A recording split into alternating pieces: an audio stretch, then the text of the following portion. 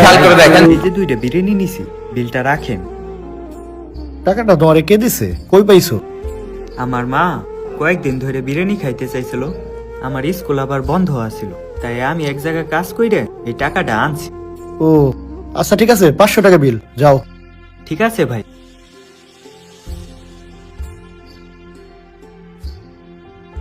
ওই মেয়ে, আপনার টাকা কি বেশি হয়েছে নাকি? 500 টাকা ঝুড়িতে ফেলাই দিলেন।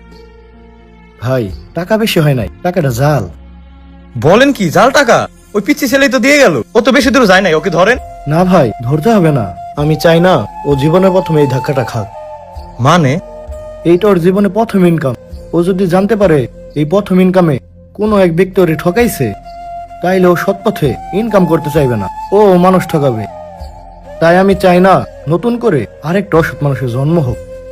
আচ্ছা ঠিক আছে ভাই, আমার 800 টাকা বিল হয়েছে, রাখেন। আচ্ছা আমি 200 টাকা ফেরত দিতেছি। লাগবে না ভাই। মানে?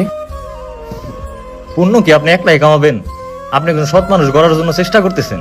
আমি ওইখানে 200 টাকা অংশীদার হইতে চাই। পৃথিবীতে সৎ মানুষের বড্ড অভাব, তাই এমন কিছু করুন যাতে মানুষ সৎ পথে ধাবিত হয়।